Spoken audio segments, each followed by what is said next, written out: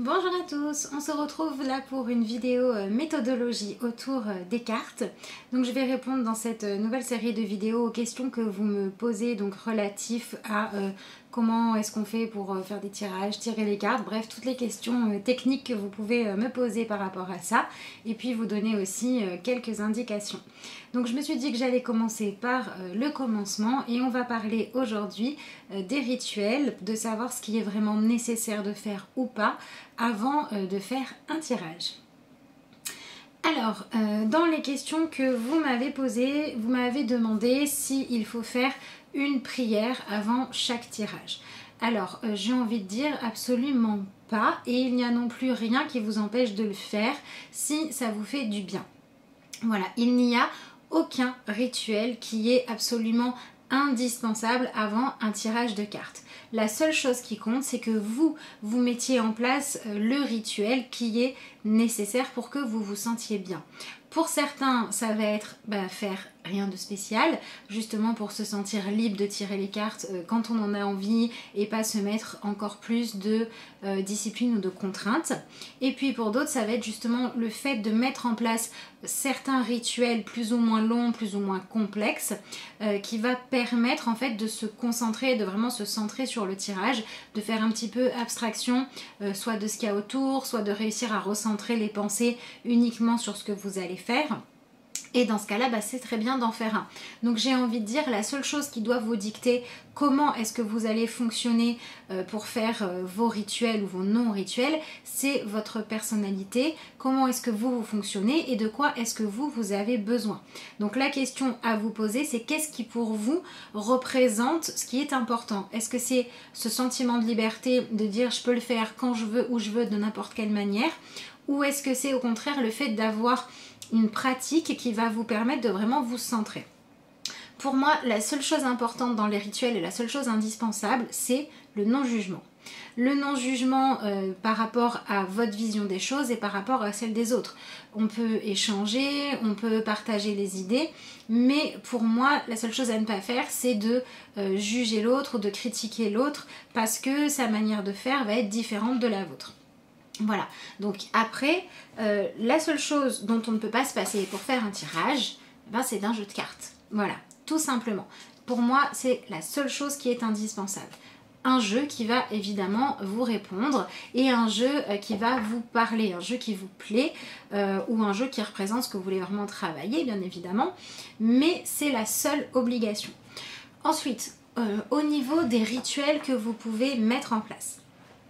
Alors, il y en a tout un tas, puisque vous pouvez faire exactement ce que vous voulez. Ça peut être, voilà, réciter une incantation, ça peut être faire 5 minutes de méditation, ça peut être préparer votre espace de travail.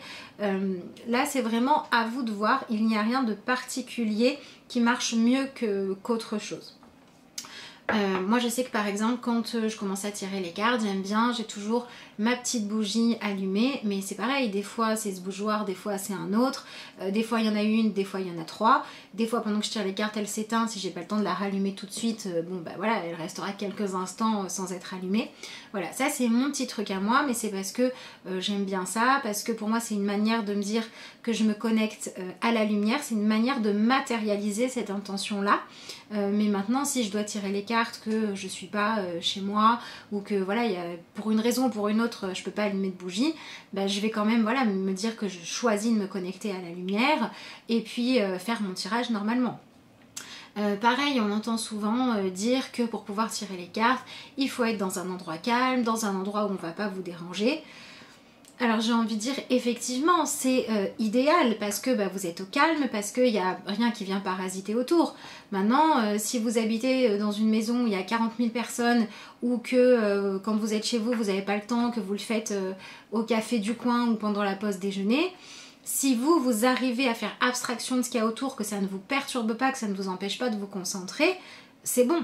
Voilà, vous avez des personnes qui vont réussir à se concentrer dans le silence, vous en avez d'autres qui vont avoir besoin d'un bruit de fond et d'autres qui vont avoir besoin qu'il y ait de l'activité autour.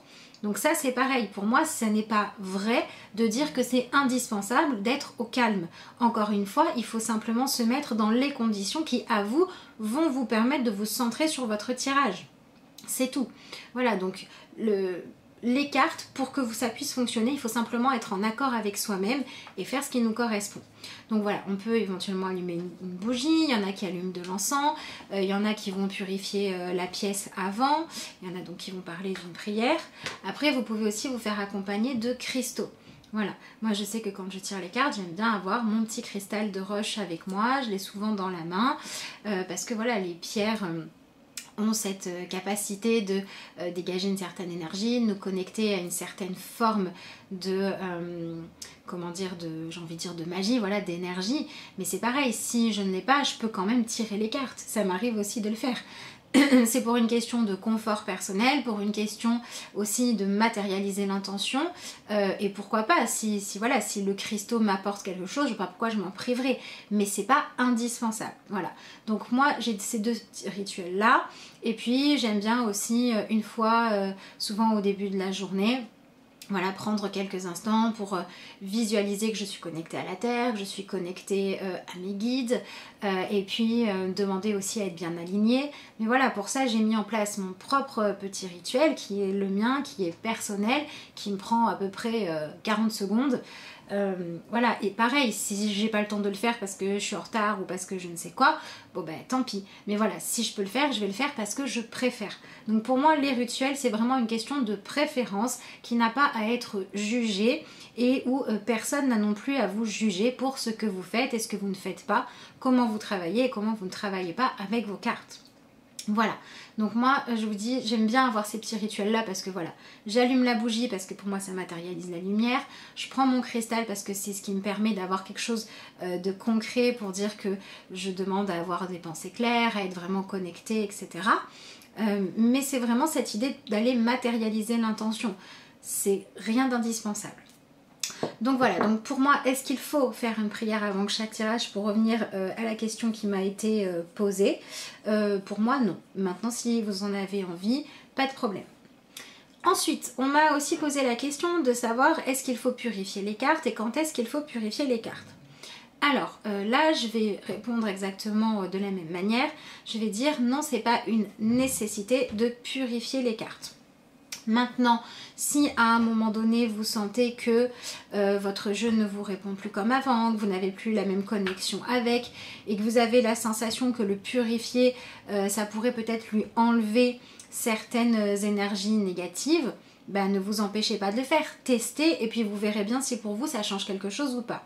Ce que je pense surtout, c'est que quand on travaille beaucoup avec un même jeu, il y a parfois des moments où on a besoin de faire pause. Alors, est-ce que c'est le jeu qui a besoin de se reposer ou est-ce que c'est nous qui avons besoin de prendre un petit peu de recul pour ne pas être trop enfermés dans nos habitudes de fonctionnement avec ce jeu et pour qu'il puisse vraiment être exploité à fond? Ça, je ne sais pas. Mais ce que je sais, c'est que moi, personnellement, dans ma pratique, il m'arrive de temps en temps d'avoir l'impression qu'un jeu que j'utilise énormément me répond un petit peu moins bien. Et à ce moment-là, bah, je le remets tout simplement dans sa boîte et je le pose, en fait, je le laisse et je ne m'en sers pas pendant quelques jours. Et c'est vrai qu'en général, après, ça fonctionne mieux.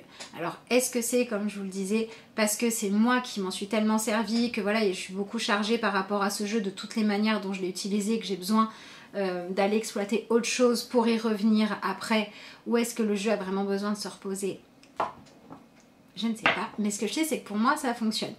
Tant que je n'ai pas ressenti ce besoin-là de poser un jeu parce que je l'avais beaucoup utilisé, j'ai pas vu l'utilité de purifier un jeu.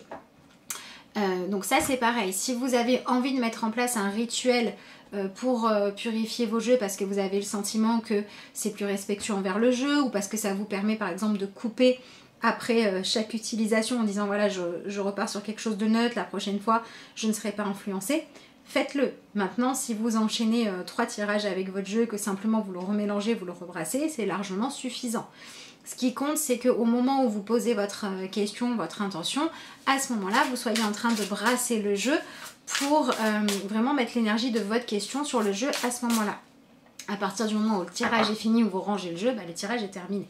Voilà, donc la seule chose que je dirais, c'est peut-être ça, qui pour moi me paraît important, c'est ne pas oublier entre 2 questions ou 2 tirages ou 2 consultations selon ce que vous faites, de rebrasser votre jeu. Voilà. Pour moi, c'est la seule chose. Mais de toute façon, quand on pose une nouvelle question, on brasse le jeu, donc ça se fait automatiquement. Pareil pour les rituels en ce qui concerne le fait de les passer dans l'encens, etc. Ça peut être juste ça votre rituel. Voilà, moi je sais, comme je vous l'ai expliqué, je pose mon jeu quelque temps. Si vous en avez qu'un, ou si vous avez absolument besoin de ce jeu-là en permanence avec vous, bah, trouvez un autre rituel qui vous ira bien. Voilà, comme le passer dans l'encens, dans une fumigation, à la sauge ou je ne sais quoi. Faites vraiment ce qui vous parle. Ce qui compte, c'est l'intention que vous mettez dans les choses. C'est toujours ça, voilà. C'est l'intention qui compte. Et le fait que vous croyez, vous ayez foi dans ce que vous êtes en train de faire. Voilà.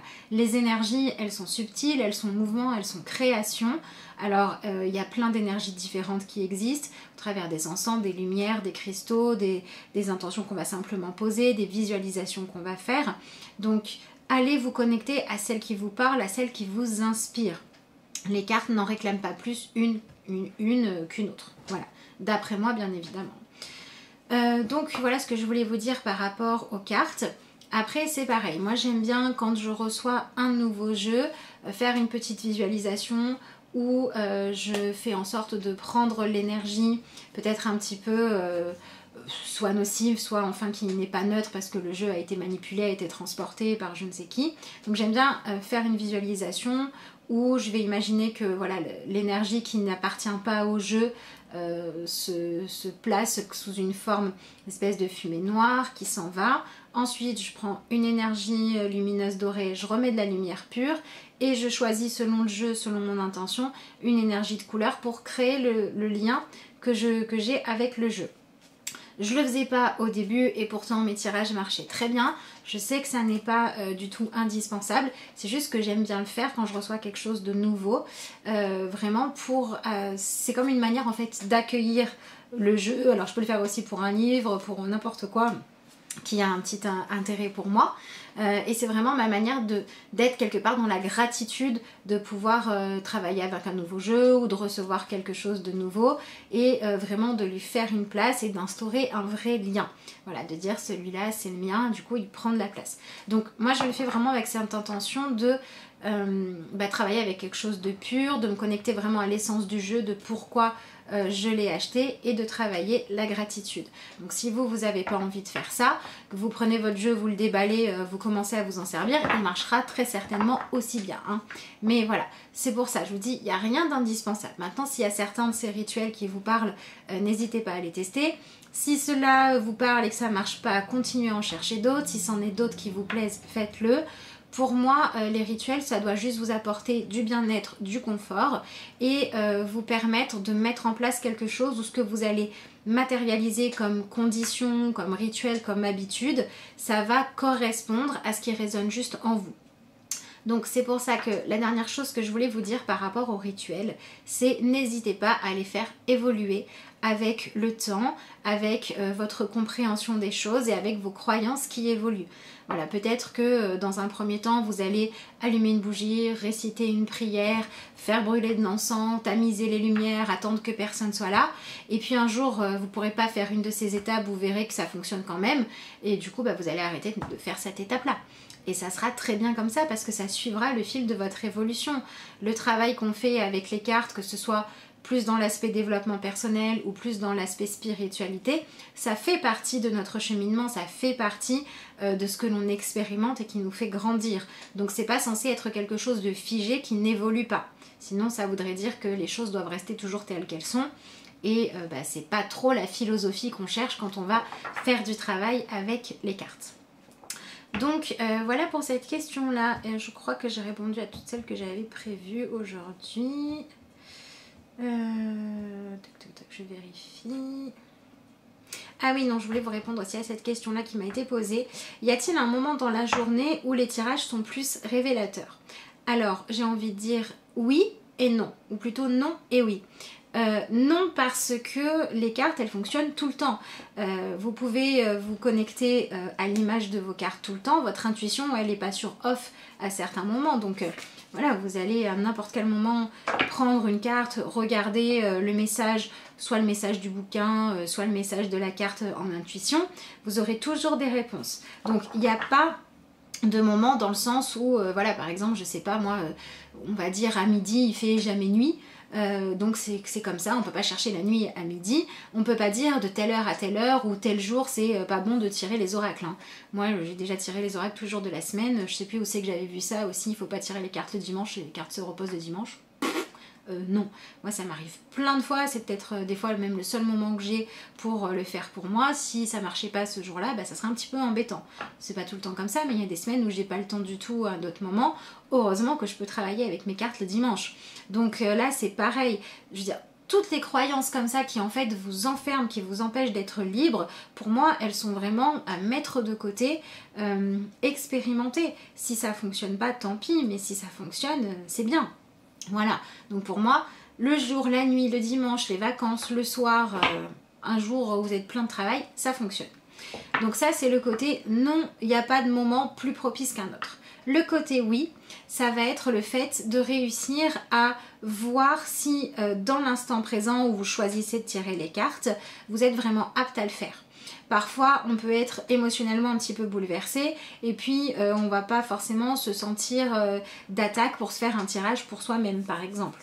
Parce qu'il y a trop d'émotions et parce que si la carte, si les cartes, en tout cas, le message qu'elles ont à nous révéler, c'est un message pour nous faire avancer, pour nous faire progresser dans notre chemin personnel qui est nécessaire mais qui n'est pas forcément confortable, peut-être qu'il vaut mieux attendre de laisser passer l'émotion et de faire votre tirage quand vous serez prêt à accueillir ce que les cartes auront à vous dire, peu importe ce que c'est. Ou alors à ce moment-là, il faudra choisir un jeu, peut-être plus un doudou deck qui va vous donner un message gentillet quand émotionnellement vous êtes un petit peu perturbé. Voilà, donc pareil, si vous êtes très fatigué, que vous tombez de sommeil, c'est peut-être mieux de reporter au lendemain, tout simplement parce que vous n'allez pas avoir la capacité de concentration, l'énergie nécessaire, soit pour profiter pleinement de votre tirage, soit pour aller peut-être au bout de votre intuition si ça vous prend du temps. Voilà, donc la seule chose que je dirais, c'est peut-être ça.